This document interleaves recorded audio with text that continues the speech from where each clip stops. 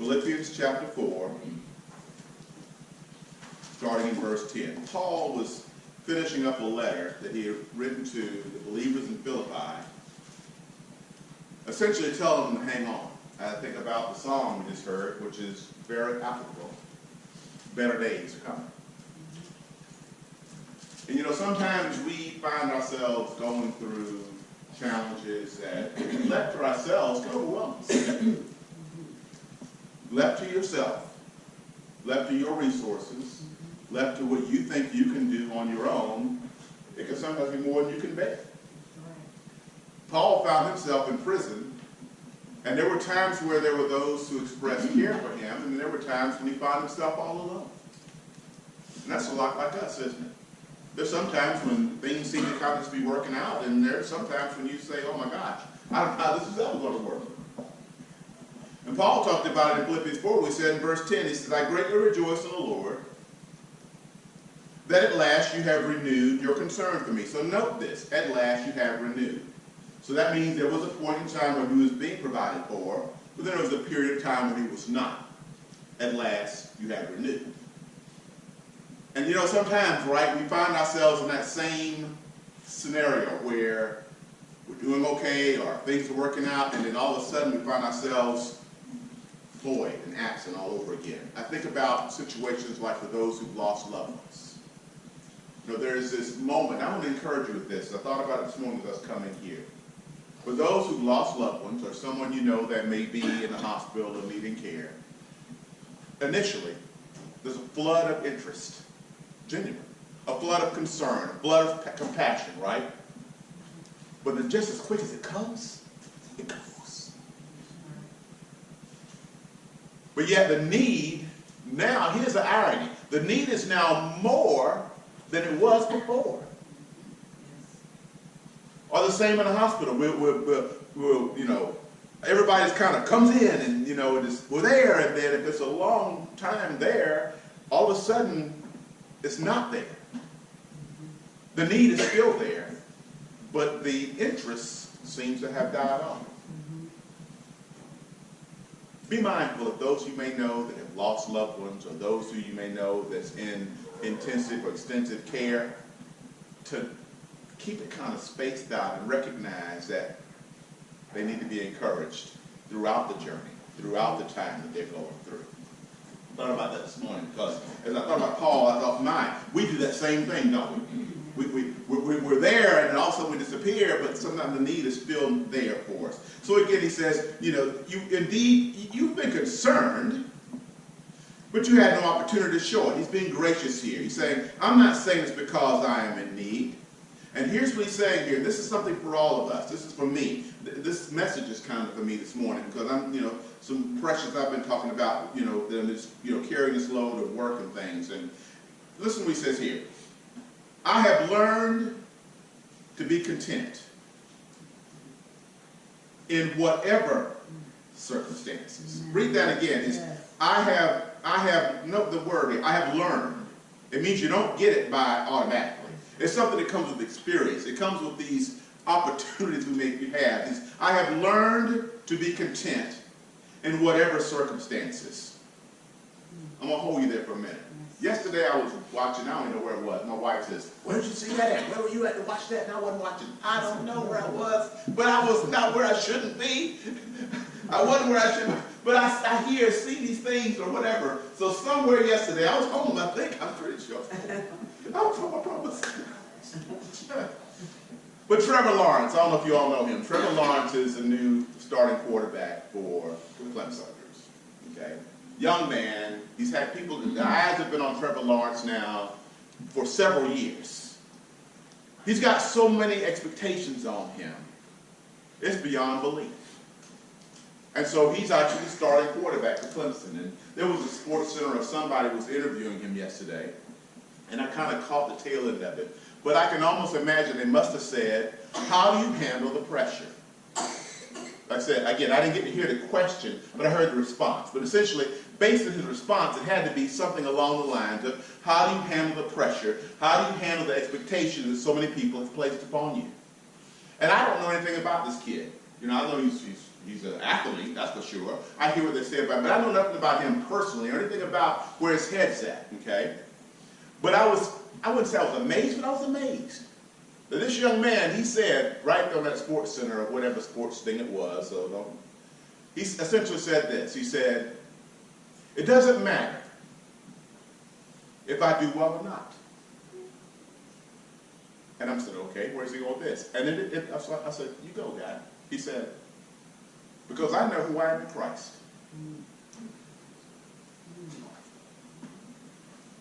He says, I know that what matters most is how Christ sees me.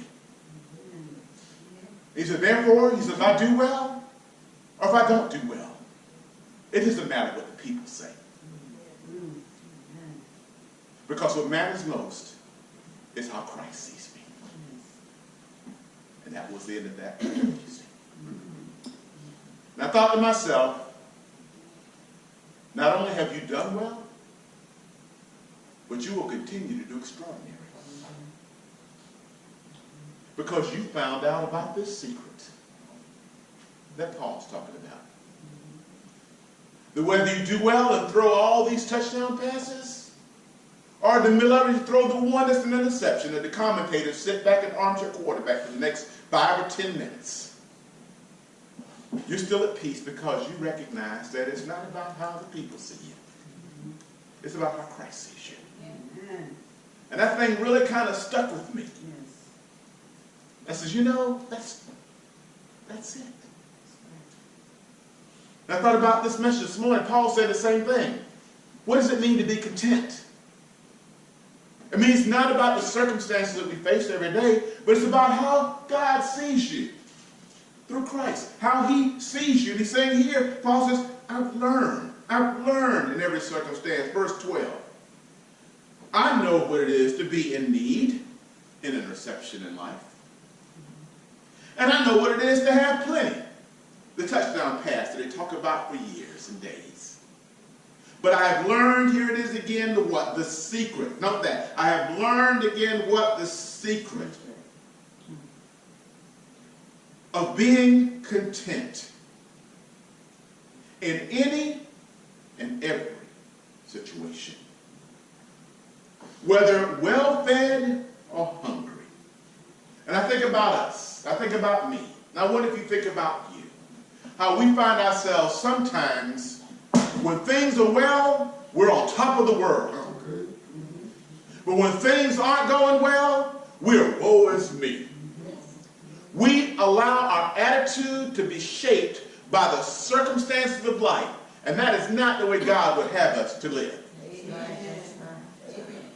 And I thought about this morning as I was coming here, and yesterday I thought about, so what do we do? How do I stop doing that? How do I stop being down when things are heavy and happy when things are up? And I thought about some things that we all should remember. First, I want you to remember that you were created.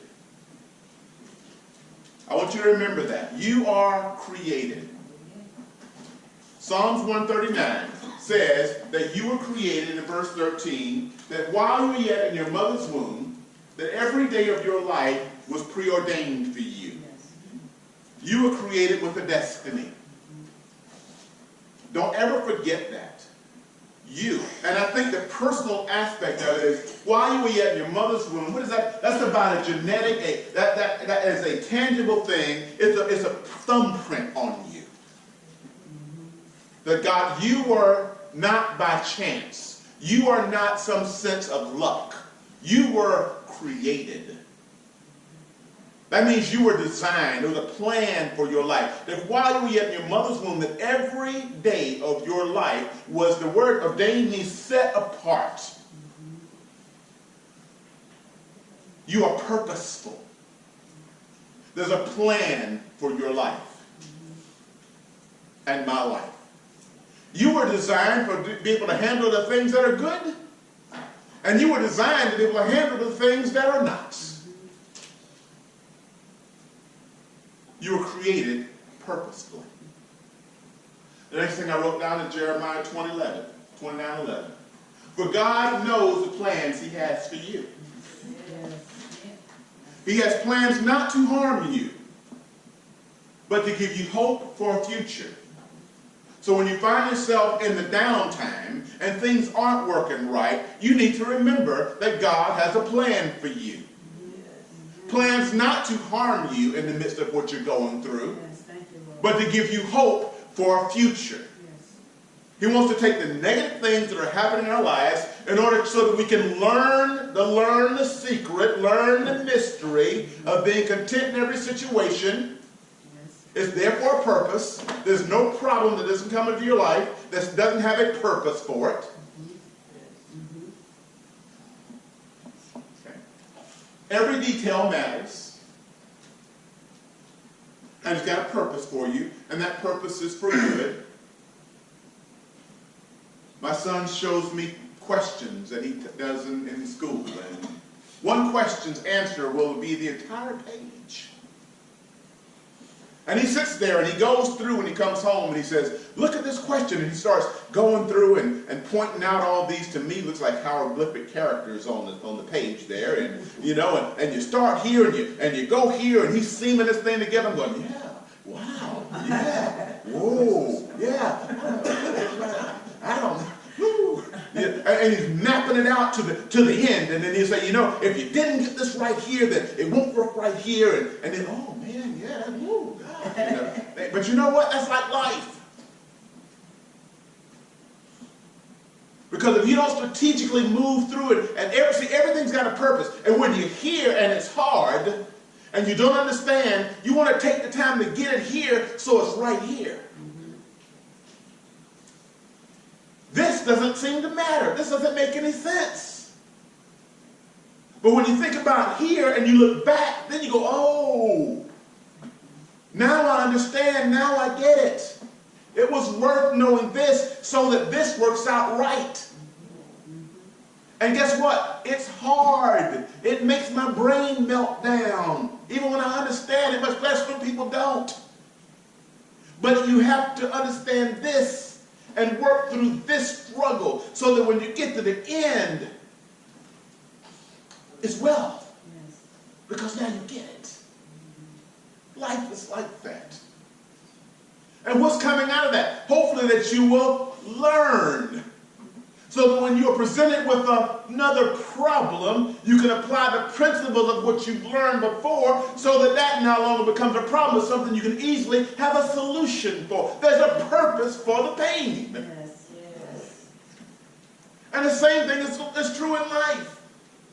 Whenever there's something comes against you, remind yourself, I have been created and every day of my life is preordained, number one. 2, remember this again as it says in Jeremiah 29. God knows the plans. I may not be fully up on it, but God knows the plans he has for me. And his plans to not harm me, but in order for me to have hope for a future. So no matter what I'm going through, I want to recognize there's a plan here. There's a purpose here. In the midst of what I'm going through, that's going to give me, again, this thing called hope and a future which is nobody in this room in their right mind wouldn't say they want.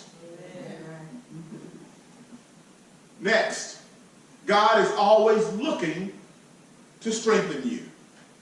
God is always looking to strengthen you.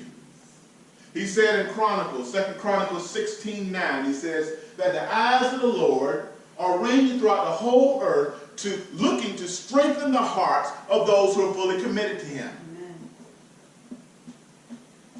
His goal is to give you strength. Why would he give you strength? Because left to yourself, you'd be weak. Why would you need to be strengthened? Because you're going through something that is hard. That's why. You're going through something that is difficult, something that you cannot do. He's strengthening you because you can't do it on your own. He wants to give you strength. He's looking for those, and what needs to be the attitude? Those whose what? Heart, simply. Hearts are fully committed to him. I trust you, Lord, in what I am going through, because again, I know that my life has been preordained. Okay? I know that you have a plan to give me hope for a future. Therefore, I'm going to trust you. And when that happens, he strengthens you in the midst of what you're going through. Next, I wrote this. Be careful on who you ask what God's plan is for you. When you're going through, Be careful of who you ask what's happening to you. We ought to be less quick to pick up the phone. I had a friend that you know they're up. You know they're trying to get you. You know. Really? PhDs and won't work at this, and they have minors in cynicism. And they will give you everything that you need to make sure you just give up. Be mindful of that. Because they have not seen. They have not heard. It has not entered into their heart what God has planned for you as you love him and trust him. So be very careful. Because you know, every trial that you go through, God's plan is to provide something good. And sometimes, if not often, it's going to be bigger than you can handle. I think about when they found themselves, think about Joseph. Joseph found himself going through all kinds of trials. Yet look where he ended up being the one who was able to be over a kingdom. Look at David. Look at Nehemiah. Look at the rebuilder of the walls. And look at Joshua as they had to go through and deal with all the ordeals of walking around the walls of Jericho. Look at Moses. Look throughout the Bible, and what you will find is that there are those who had situations that were bigger than themselves that they could not do on their own, and they struggled with it. But when they choose to trust God, things happen that was more than they could ever hope, dream, or imagine. Their job was to do what? Trust God. Yes. To remember who they were in Christ. Not to allow themselves to be up and down based upon the assumptions of others. But let me let you know another thing about people. People not only have PhDs and won't work in this, they also are pros in criticism.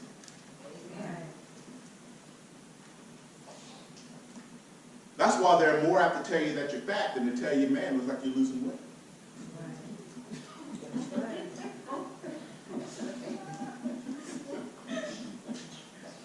That's why they'd be the ones to be quick to remind you that you have no hair, when it's very obvious you know that yourself. You might like having no hair. I actually like having no hair. I'm good with it.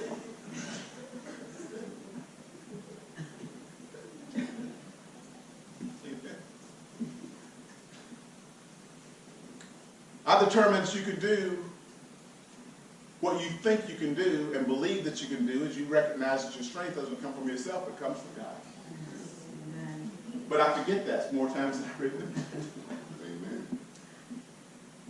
But it doesn't make it nonetheless true.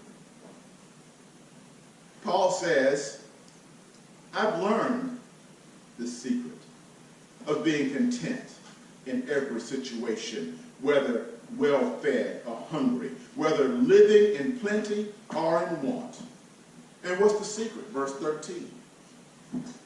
I can do everything. Nobody says there. I can do what? Everything. I can do everything through him, Christ, who does what? Who gives me strength. I don't know what is happening in your life right now. I submit there's something. Everyone has this thing that is bigger than themselves. And we've probably done one or two things about it. We've probably just said, I'm going to accept it. It is what it is. I'm going to ignore it. Or they'll say, I'm trying to do something about it. Or they're saying, I give up.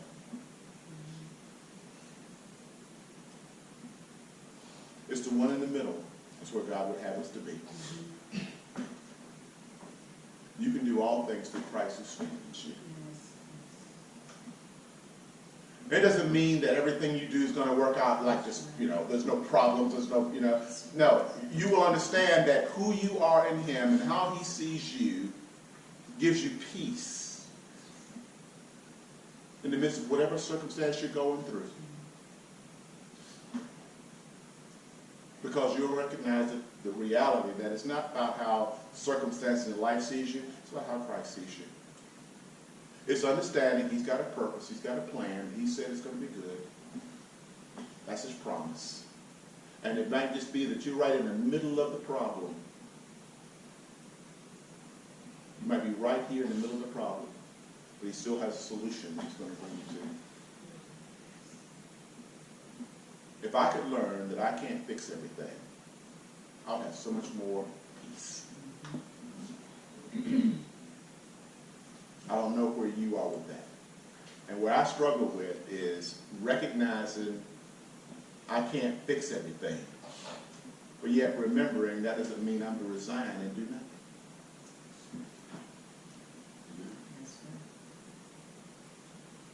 And that's where I have to get God to help me. That's what I'm doing. I can't fix everything. And I'll get in there and try to fix it in a minute. Duct tape it, whatever, we got to fix this.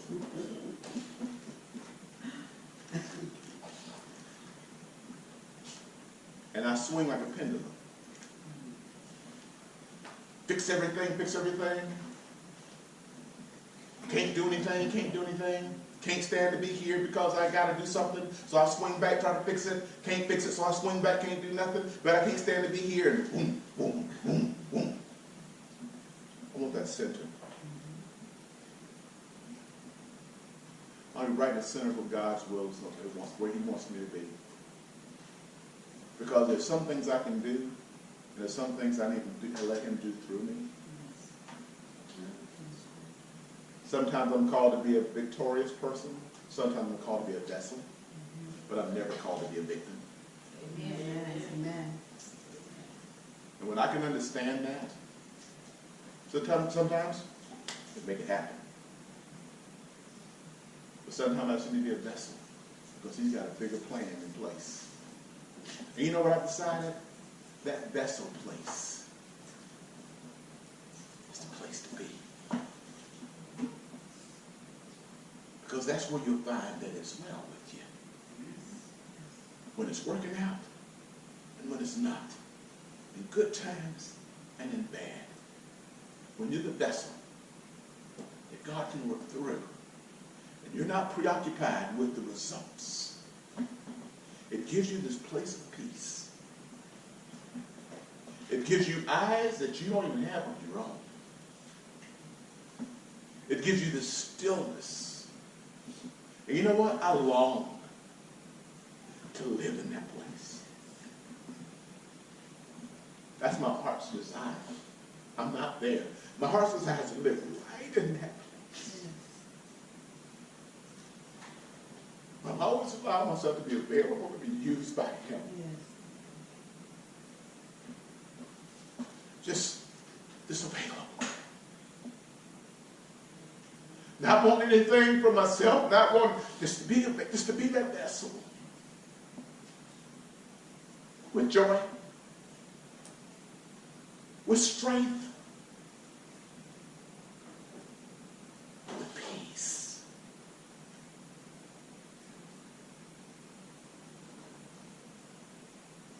And whether it's a touchdown pass that people are talking about for the next week, or the interception that causes the game to be lost, and his critics all around, I can still be at peace.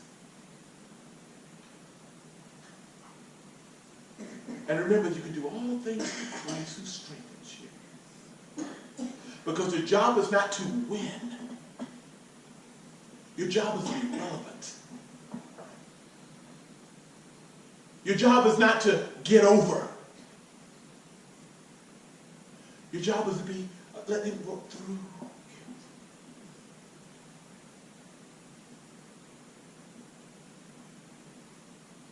So there's one of Deacon's favorite scriptures would be, and we know that in all things, God works together for the good. In all things. In all things.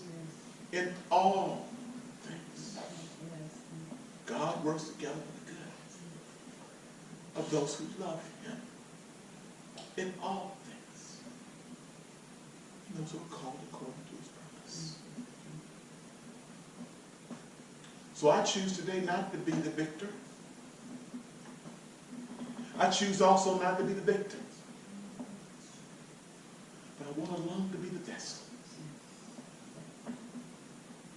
So that I too can, like Paul said, I do all things. In other words, I can be used in all things through Christ who strengthens me. And in that, we'll find ourselves walking a life of hope and promise and have his plan revealed until that day we see him face to face. Amen.